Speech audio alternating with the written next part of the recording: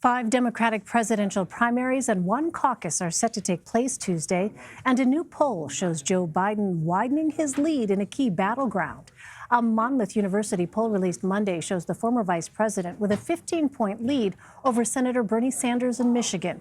Sanders narrowly won that state in 2016. Natalie Brand spoke to voters there ahead of Tuesday's crucial contest. Thank you.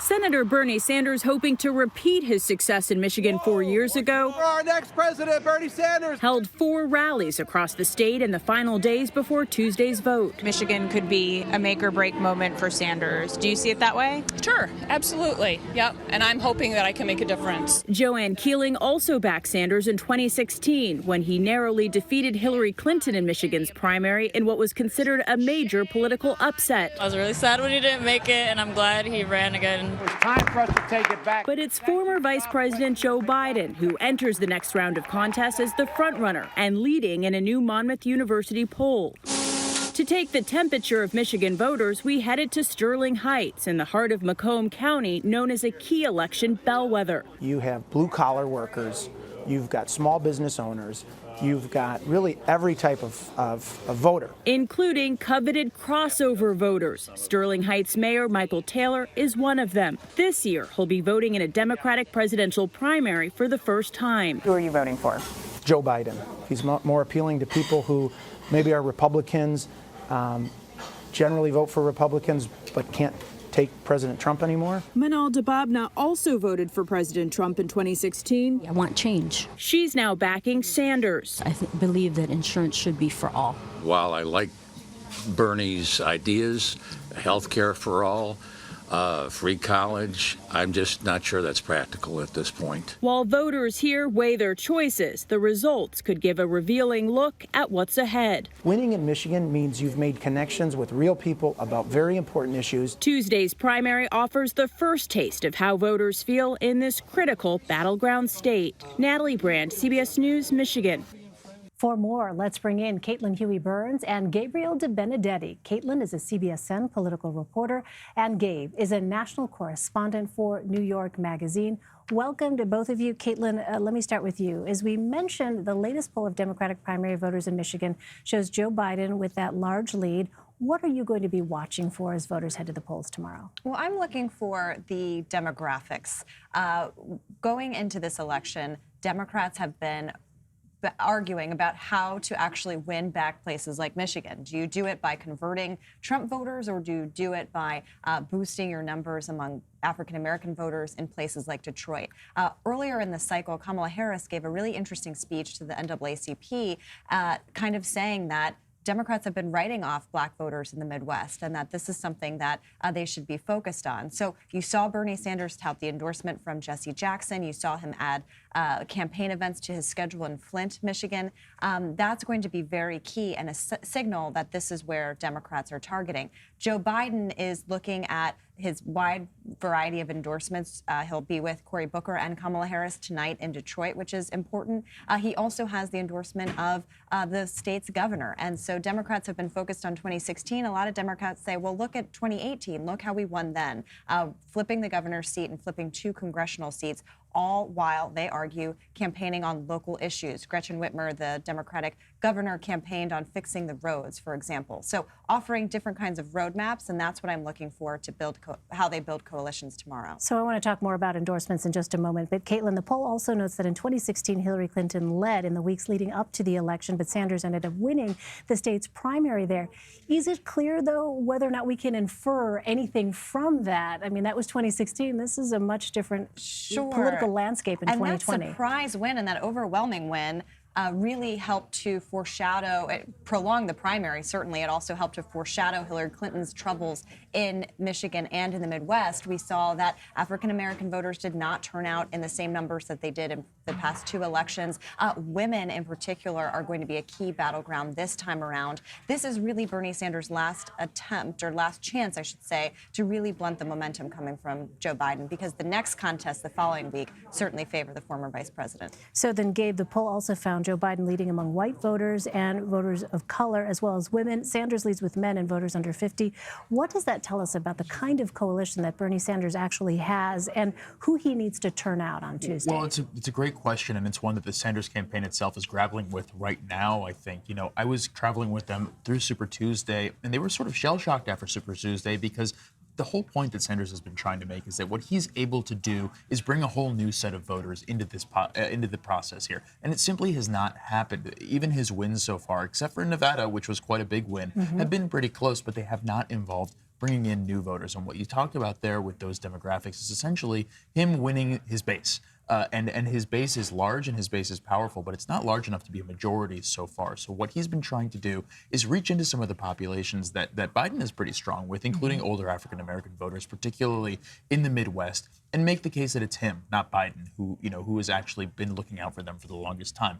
And the reason that that's so interesting is that they're both at this point making a broader claim of electability, that they can be the one to beat Donald Trump. And particularly in a state like Michigan, you know, if Bernie Sanders can't beat Joe Biden in Michigan, a state where he was supposed to win, it's going to be a pretty difficult case to make then that he's able to do that across the Midwest, which of course Democrats are thinking is, front and center in the general election this year. What have we seen with Senator Sanders and younger voters? Because that was such a huge part of his outreach, right? Trying to get those younger voters. And it continues to be. You saw that he was in the campus of the University of Michigan yesterday, and this is a big part of what he's trying to do. But this is, again, this is his base. The question of getting these young voters is not the whole equation for Bernie Sanders anymore. He wants to get a lot of young voters, and in fact, what he's trying to do, and what he said he's trying to do, is get more and more young voters. But of course, there are only so many young voters, and you do have to also appeal to older voters. So behind closed doors, they do acknowledge that what they're trying to do is bring down a little bit of Biden's margin among the older voters. The question is if they can do this early, if they can do this soon enough, because it is true that Hillary Clinton was leading Michigan in the polls leading up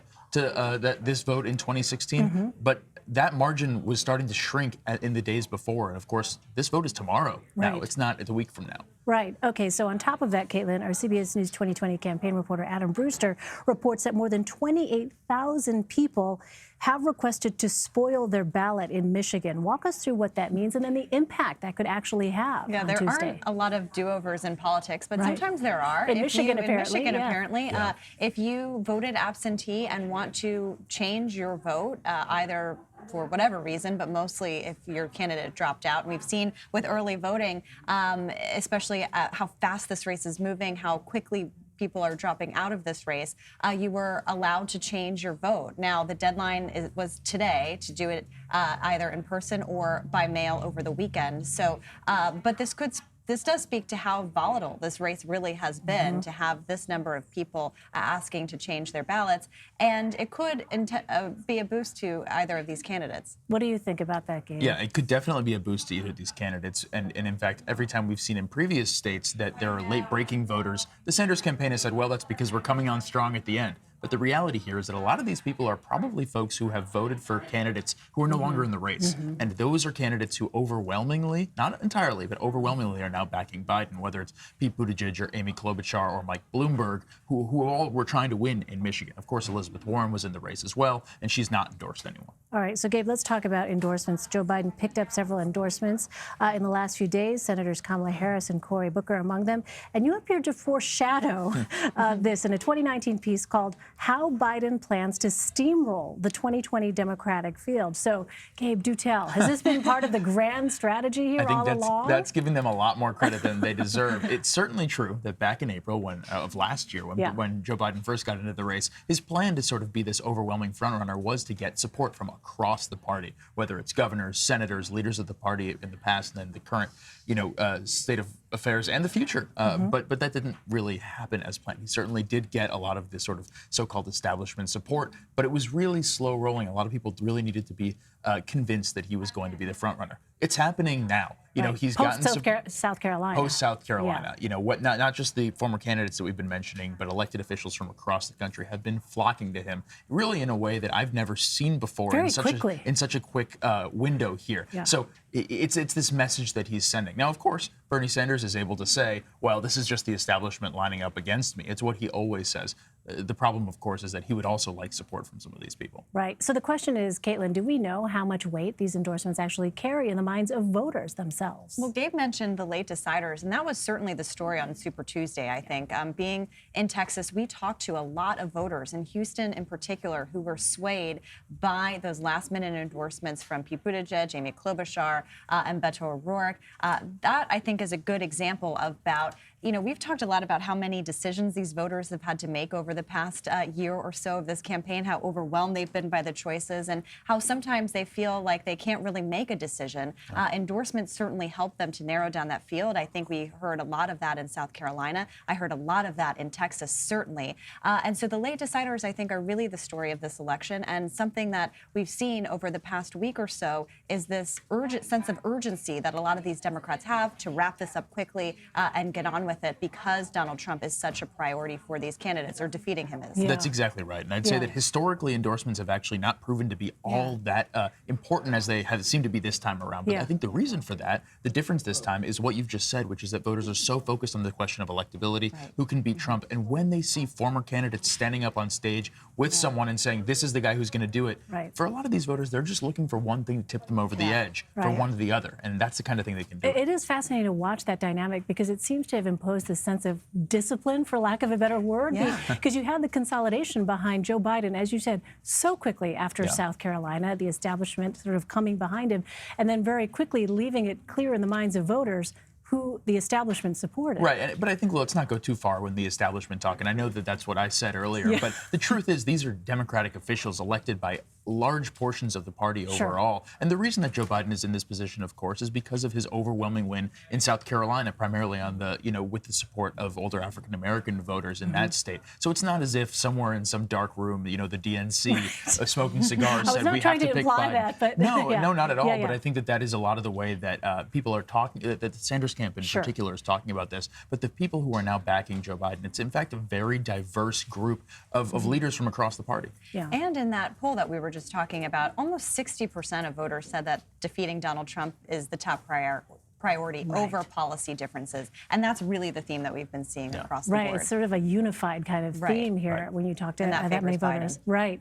So someone who has not endorsed yet, Senator Elizabeth Warren. Gabe, you have a piece out about this, about the battle to secure her endorsement. Tell us about that. Well, she's certainly the most sought endorsement in politics right now, probably aside from Barack Obama, who's made very clear that he is not going to endorse at this point. But she is someone who is considering, I think, either not endorsing or endorsing either one of the other two candidates. There's sort of an assumption that ideologically she's more aligned with Bernie Sanders, which is certainly true, than Joe Biden, with whom she's clashed in the past over some pretty important policy questions. But everyone is trying to tread carefully. They don't want to go overboard and trying to win her over. But the Sanders people are essentially making the case amongst themselves that if she's going to endorse, they would rather have it pretty soon, because as we've just been talking about, Michigan is right now going to be a very important question for his campaign, how he does there. And it's not just Michigan, by the way. There are other states voting tomorrow, such as Washington, which is a huge state, where he has been favored for a very long time. And now it's not so clear. Now there are polls showing Biden in the lead. So if they're going to show any strength and reset this race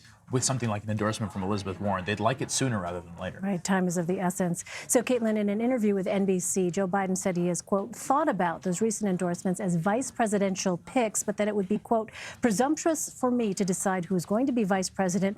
I'm not even the nominee yet. So what does he have to weigh in picking an eventual vice presidential nominee? Well, I think the exit of Elizabeth Warren all but guarantees that the Democratic nominee is going to be a man. And you saw with her exit a lot of women candidates and women who are in the Democratic Party raise a lot of concern about how difficult it is to break that hardest glass ceiling, and that it remains still intact. And so I think having a woman on the ticket is going to be something that is pushed by a lot of Democrats in some way, just given that this was the most diverse field that Democrats have ever seen, and it now has whittled down to 2 white men. I think they're going to have to compensate for that in some kind of way.